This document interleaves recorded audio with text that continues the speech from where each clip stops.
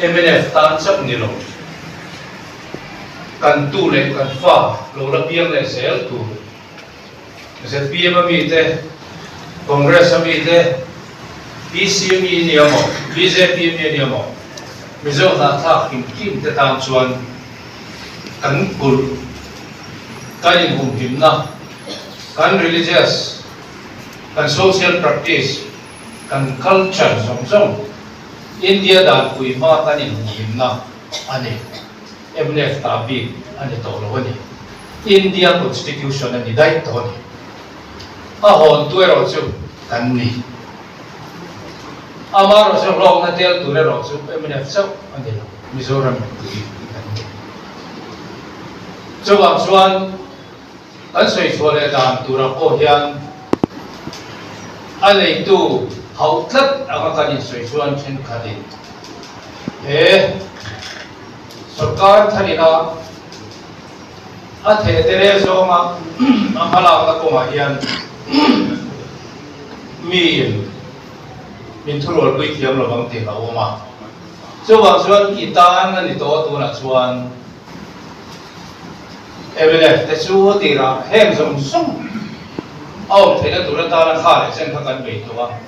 chuwang chuan parliament ei hi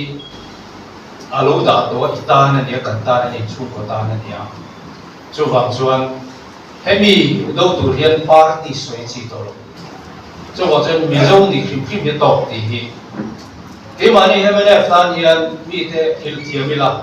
tôi cho trong cái cái cái sự ở đây chẳng chịu bây giờ đã phát ta là nhiều tốt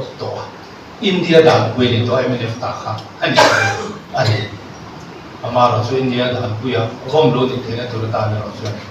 áo tắc rất ít tiếng khan anh thuộc về thôn này chú áp khát na sẽ là then áp này là chuanผู้ทำเตะจุดจ้างถูดรอาร์ทั้งเลยจุดจ้างถูกช่วยกันผู้ทำเตะกันเที่ยวดังนี้ MNF Party กัน Senior Vice President นั่นนี่กัน Party ส่วนนี้มิลล์เบอร์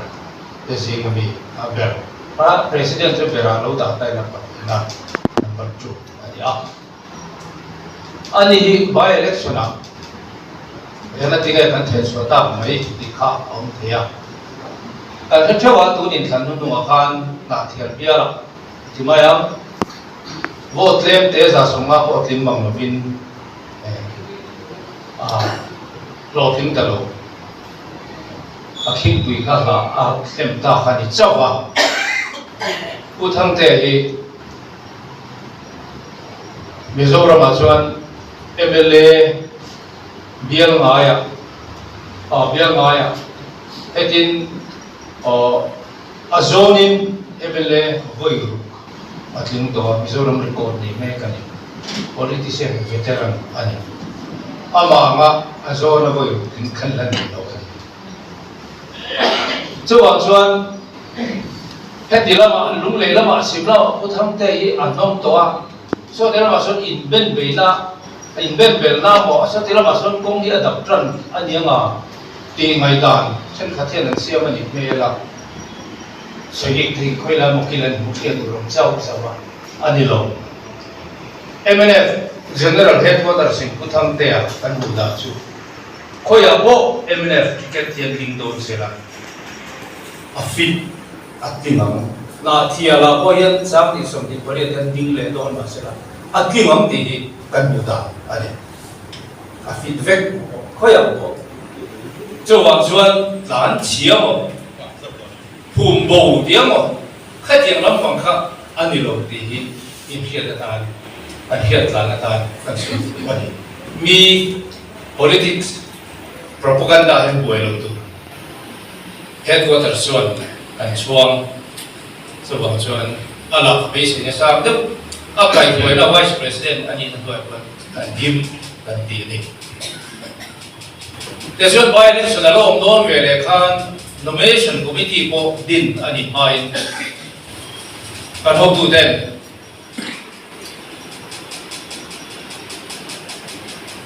by election atan hi kan pia part dang chen man abi takin ruling party chen man bo takin tiang khan ani ya tu na po election pon dal ni lo chum chum pon party na po min lo thilovin candidate siam turin hungar chho ani do per me ruling party keni pure tua khatia adin mun ani ta ka lusu na kanom lai kan candidate min set khuma an na po tani to na so bang chuan keni ka chukan ho tu ten an tha te po thum ria na ma sun re re kan hun kan manga kan lu na ka dia manga thathar ne na MLC chule tura ro man na ri lu kan han ne ya kan par kan han chuale chan khan kan jing muite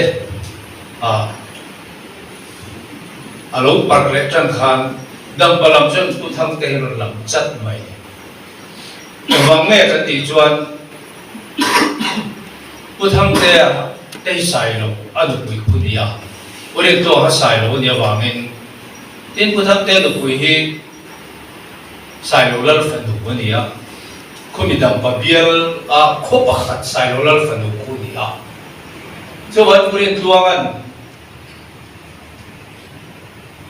khutilam bial afana khutilam bial azmen bola khutilam bial bensana politics MNF kandam le nam dan dia azum ba vai lai khan atlub lu na te ania ai chung salayo ni phanga in chung mai ni lovin in tu lu na tak tak tin politician la tu thang te politician veteran nan lo ni poka pa nei in u nei in alo nei ya ai tem na te ai pen na te atluk chan alo ne wa khan ko tilai biala ko thang te no ba khan ko tilai dam pa chen traffic ani lai chi dam te so wang chuan asum nai vai ama azul thei ngai ber niam hiat politician tha si ka pu thang te kha anil ro lam chat mai ni so wang chuan non kalan ro ma ka thau tu te pon ani don tak chun dia kil rang atara anan tin NGO ko kan hok ten zuro na ku lai pie the neutral dia ngai te po ngai da te po zu la roveni te chuan chu te tram chuan keinen kan chuan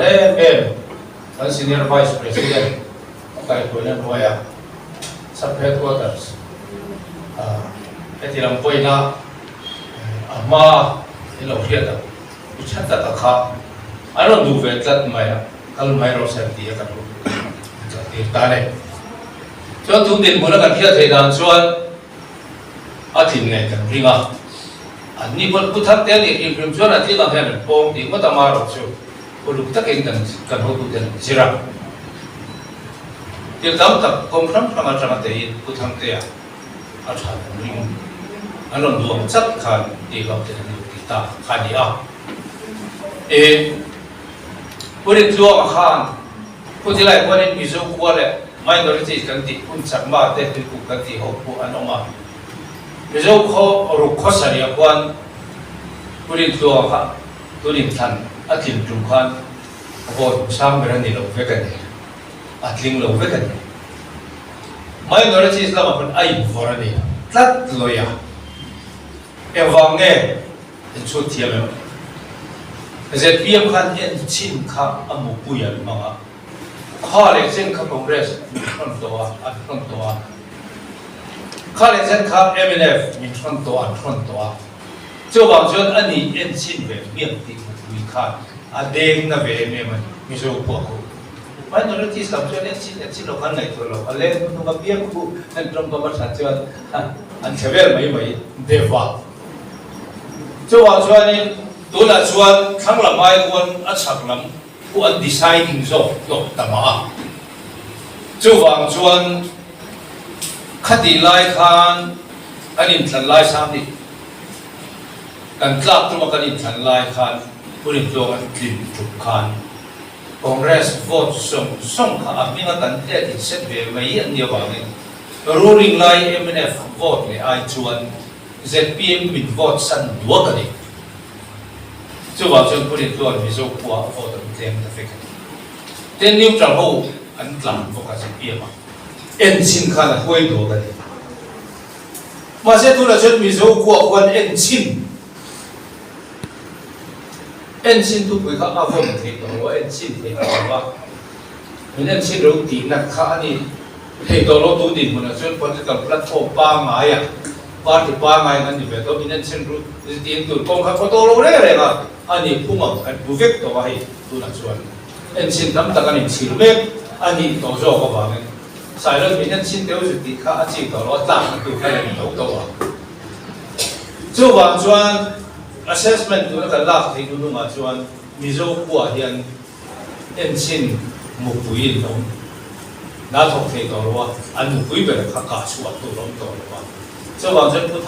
thăng thế bữa đêm đua khai thì tốt là lúc tiệc cùng lại à mình đi xem đi phút thăng thế là phút thăng thế lúc này về rồi cái có một cái khá lâu về development thì đến chỗ ba cả Congress candidate cũng cho nộp luôn liền là và liên tất bên thuộc về liền mà khá cái những sản phẩm đó Congress vote tụt bốc cái mũ nó khôi hậu nó sẽ bia mà hành tỷ liếm mấy hậu giá khắp một ký thì luôn còn giá về một ký nghề cầm gần ngoài cứ do một đường này phân lồng êm ông diễn tất cả chuyện Congress này sẽ bia quân vote bank thì anh chụp được gần ngoài cái đi vote ở đó chứ là ngoài mà rồi chứ cái mà diễn cho nó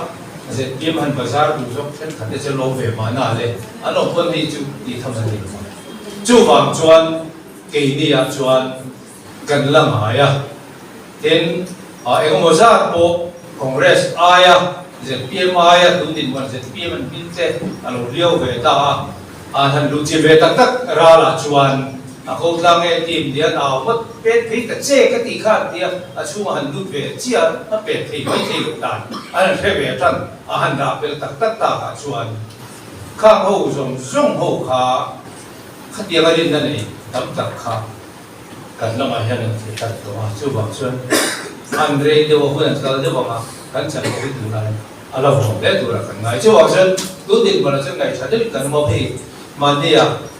kan XMLF DP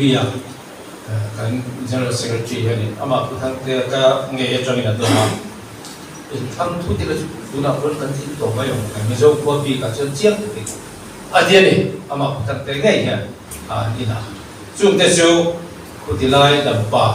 by election bi ka ta na asinero dia kan ru kan kan than ilang mai ko ve ina dari ngasan chu dam pa ni wan lu lei khoi tel sa da putam te tel mio wa ni ti ba ya dam pa ti lo le lu lei hi pot tel ro wa chu te chu ba men long tlai te cham phai te ai chon kan interest bi ka lu lei na mi hian chu te chu abi ka kin kan sa pe ko sa bi kan chu ka sa ai then apathum le na chuan chung ko thu ta sei lo ka nga